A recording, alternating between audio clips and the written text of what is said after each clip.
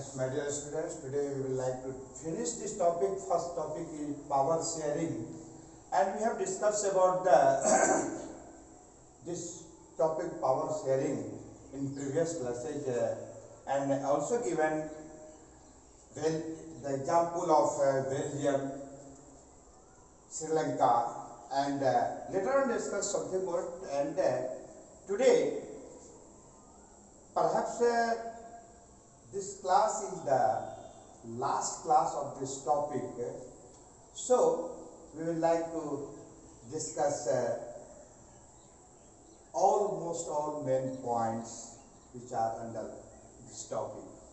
Yes, you all have read and about the population and the languages of Belgium. Yes, 59% people speaks Dutch and 40% French, 1% German, and its capital is Brussels. You all know about the population of Belgium. It is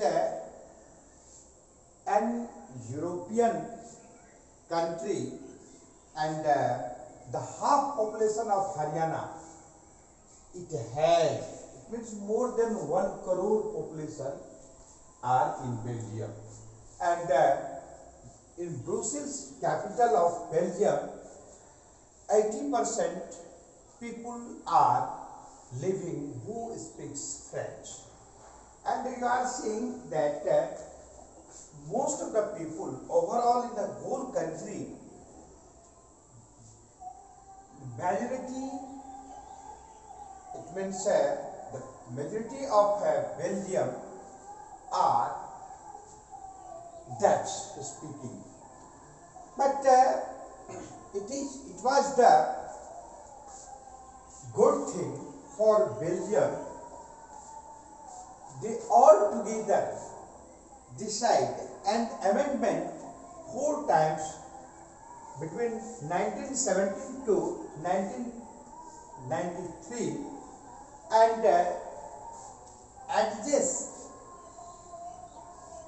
among sitting the almost all communities people, and says that in central government and state level government also,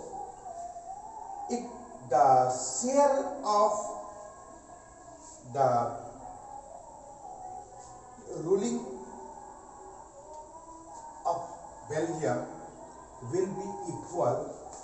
It doesn't matter how many people or the population are in majority of the Dutch group, and 40%, only 40% are French language people who speaks French.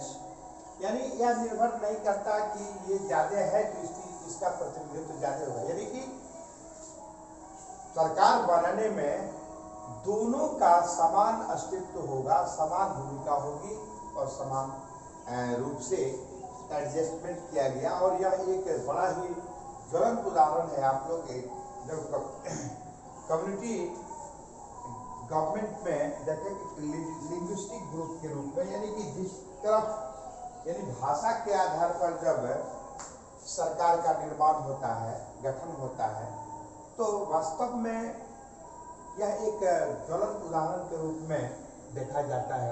Brussels जो है इसकी राजधानी है, यहाँ पर 80% French भाषा भाषी है, लेकिन फिर भी यहाँ भी दोनों की बराबर की भूमिका है, डच वाले की भी और फ्रेंच वाले की भी।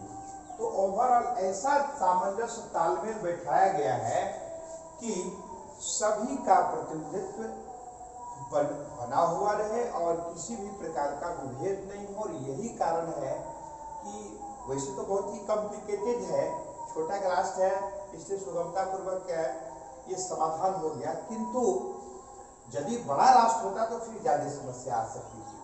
किंतु ये दुनिया के देशों के लिए एक बेमिसाल उदाहरण है, जो सभी समुदायों के लोगों का बराबर का सहअस्तित्व प्रतिनिधित्व के द्वारा वहाँ पर सत्ता की साझेदारी है, तो सरकार निर्माण का कार्य होता है और अमन चैन से वहाँ के नागरिक बिल्कुल रह रहे हैं।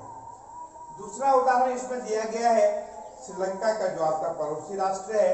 1948 ईस्वी इंडिपेंडेंट हुआ और यहाँ की आबादी में थोड़ा और ज्यादा अंतर है। 74% जो सिंहला भाषा भाषी है और 18% जो है वो क्या है, वो तमिल है। वो 18% में 13% जो श्रीलंकन मूल के हैं, शेष 5% जो है वो इंडियन मूल के हैं, 7% क्रिश्चियंस हैं। तो यहाँ पर आपसी तालमेल नहीं रहने के कारण, दूसरा कि यहाँ के नागरिक को यानी कि तमिल को वहाँ का मूल निवासी मानता ही नहीं है। यही कारण है कि इलेक्शन वगैरह में भी इसको वोटिंग का अधिकार नहीं दिया गया है और साथ ही साथ इसको अन्य तमाम सुविधाओं से वंचित किया गया है। नतीजा ये हुआ कि जो इंडियन मूल के खास करके तमिल हैं और जो तमिल भी मिल करके ऐसा विद्रोह किया, हिंसक घटनाओं को अंजाम देना शुरू किया कि सरकार के लिए सतर्क बन गया। आपको याद होगा कि राजीव गांधी की तत्कालीन सरकार थी और उस कालखंड में पड़ोसी राष्ट्र होने के नाते उन्होंने आह्वान किया था, आग्रह किया था, निवेदन किया था कि हमें सहायता करें, हमारे यहाँ गृह युद्ध की स्थिति बनी हुई है। तो यह हालांकि भारत की भूल थी, क्योंकि इंडियन मूल के ही निवासी जो संघर्ष कर रहे थे बेसिकली, उन्हीं का वहाँ पर दमन किया गया था बलपूर्वक। वैसे भारत को भी बहुत परेशानी हुई थी, किंतु उस पर हम डिटेल्स में बात करेंगे जब ऑफलाइन का क्लास प्रारंभ होगा। तो इस प्रकार से आज भी चूंकि यहाँ पर जो आपसी तालमेल नहीं बैठाया गया, सभी ग्रुपों को प्रतिनिधित्व नहीं दिया गया, यही कारण है कि आज भी यहाँ पर नरसंहार जारी है, हिंसा आम बात हो गई है। ये दोनों उदाहरण से पता चलता है कि निष्कर्ष के रूप में वास्तव में सभी समुदायों का ह्यूमैनिटी के भी नाते यदि प्रतिनिधित्व होता है, सत्ता की साझेदारी होती है, समूह की सहभागिता होती है, तो निश्चित रूप से वह उस राष्ट्र का कल्याण अधिक से अधिक होगा। इसलिए एक दिया गया आपसी सामंजस्य का स्थापन करने के बाद कैसे राष्ट्र चल रहा है, और एक जहाँ पर सामंजस्य स्थापित नहीं किया गया वहाँ की क्या स्थिति है। तो अब इसी के आधार पर अब आगे जो है, जो कहानी का जो प्लॉट तैयार हुआ है उसमें है क्या कि पावर शेयरिंग के विभिन्न प्रकार होते हैं, विभिन्न फॉर्म होते हैं, फॉर्म्स ऑफ पावर शेयरिंग। तो ये क्या है, हॉरिजॉन्टल पावर शेयरिंग हम बता ही दिए हैं। इसमें क्या है, लेजिस्लेचर,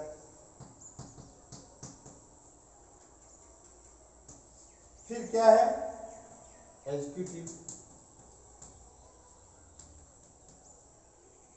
एग्जीक्यूटिव, उसके बाद क्या है जुडिशियल,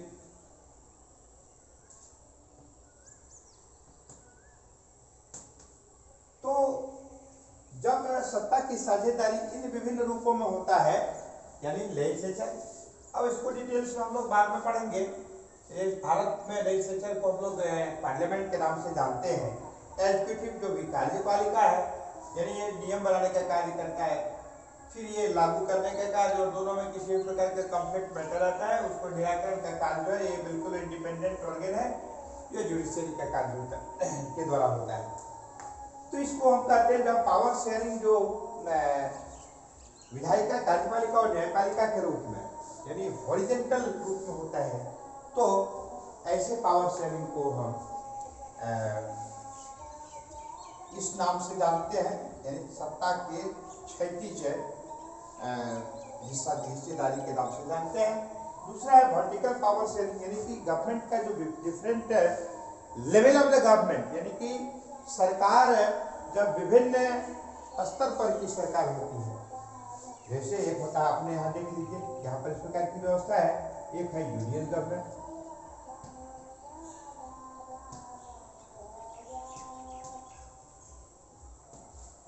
इसी को हम लोग सेंट्रल गवर्नमेंट कहते हैं,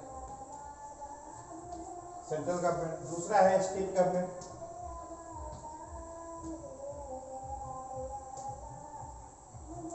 और आजकल तो इधर से एक लोकल गवर्नमेंट भी कहते हैं, पंचायती राज भी कहते हैं, ठीक है। तो जब ऊर्ध्वाधर स्थिति में with different level of the government, जहां पर पावर शेयरिंग की बात होती है, ऐसी पावर शेयरिंग को हम लोग वर्टिकल पावर शेयरिंग के नाम से जानते हैं। ऐसा बोर्ड एग्जाम वगैरह में भी इस प्रकार का प्रश्न रहता है, आप लोगों को ध्यान में रहना चाहिए।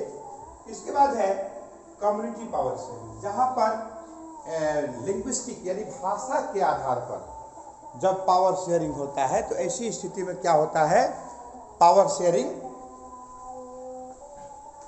ऐसे पावर शेयरिंग को हम लोग क्या कहते हैं, linguistic group of power sharing के नाम से जानते हैं। अब इसी में आता है प्रेशर ग्रुप। विभिन्न स्थानों पर देखते होंगे कि किसी खास वर्ग समुदाय के द्वारा क्या होता है कि प्रेशर बनाया जाता है सरकार के समक्ष उनकी मांगों को मनवाने के लिए। तो ऐसी स्थिति में क्या होता है कि उनकी मांगों को भी नजरअंदाज नहीं किया जा सकता है। तो वैसी स्थिति में क्या होता है कि उन लोगों की भी हिस्सेदारी बन पाती है मांग विशेष के आधार पर, फिर पॉलिटिकल पार्टी के आधार पर होता है। तो ये सारे के सारे फॉर्म्स जो है वो सत्ता की जो हिस्सेदारी है इस रूप में देखने को मिलता है। यानी और इससे पहले हम बता भी चुके हैं कि ये आज डिटेल्स में मैंने समराइज करके इसको स्पष्ट करने का प्रयास किया, क्योंकि अगले दिन जो है हम लोग अगले टॉपिक में प्रवेश करेंगे और संभव हुआ तो इकोनॉमिक्स में भी हम लोग प्रवेश करेंगे। एक दिन या 2 दिन लगता है कि डेवलपमेंट पर कुछ हम लोग चर्चा किए थे। तो स्पष्ट ये हो गया कि पावर शेयरिंग पहले हमने क्लियर किया था कि क्यों आवश्यक है। पावर शेयरिंग क्या है कि पावर शेयरिंग यानी कि सत्ता की साझेदारी एक स्थान विशेष पर न होकर के भिन्न भिन्न रूपों में भिन्न भिन्न स्थानों पर भिन्न भिन्न हैंड्स में होता है। तो ऐसे पावर शेयरिंग को हम लोग सत्ता की ऐसी हिस्सेदारी को हम लोग पावर शेयरिंग के रूप में जानते हैं। यानी कि जब एक हाथ में न होकर के भिन्न भिन्न हाथ में भिन्न भिन्न स्थानों पर पावर का शेयरिंग होता है। इसका कारण यह भी है कि इसमें सिस्टमेटिकली और समय के अंतर्गत ही कार्य को निष्पादित करने का प्रयास किया जाता है, सफलता भी मिलती है। और दूसरा यह है कि पावर शेयरिंग इसलिए आवश्यक है क्योंकि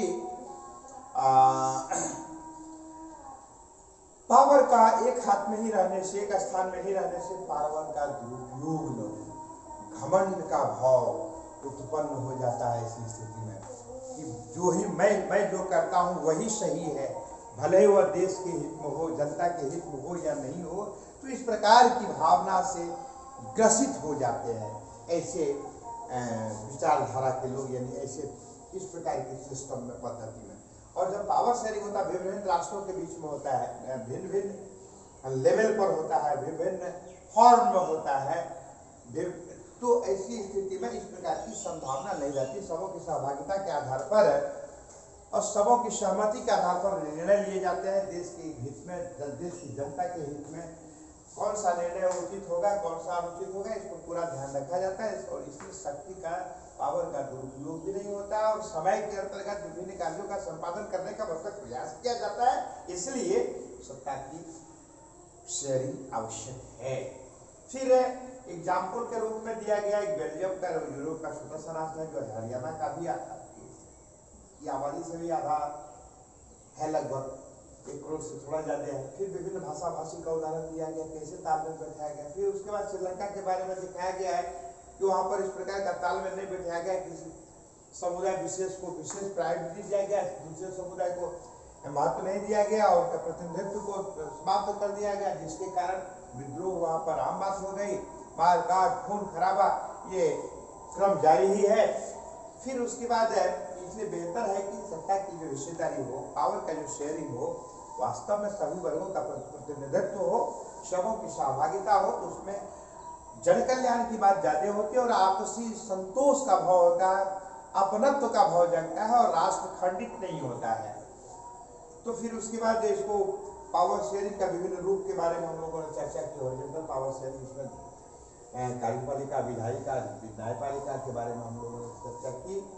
फिर उसके बाद वर्टिकल पावर शेयरिंग में जो विभिन्न रूपों में जो यूनियन गवर्नमेंट यानी सेंट्रल गवर्नमेंट, स्टेट गवर्नमेंट और फिर आज लोकल सेल्फ गवर्नमेंट भी अपने यहाँ है, स्थानीय स्तर की जो सरकार है यानी उसको हम पंचायती राज सिस्टम के नाम से भी जानते हैं।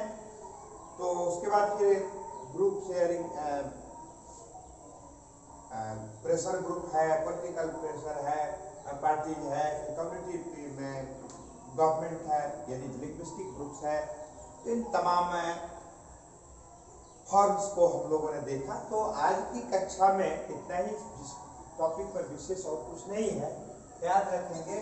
तो इसमें HW के रूप में आप question number 1 to question number 5 को सोल्व करेंगे, दिखाएंगे और फिर उसको करेक्शन कर करके आप लोगों को फिर लौटाएंगे, यानी कि पर व्हाट्सएप ग्रुप पर आज डालेंगे और उसको हम चेक करके जहाँ कहीं भी आवश्यकता हुई तो उस सेक्शन के साथ उसको पुनः कोई कर देंगे। तो आज की कक्षा में इतना ही, धन्यवाद।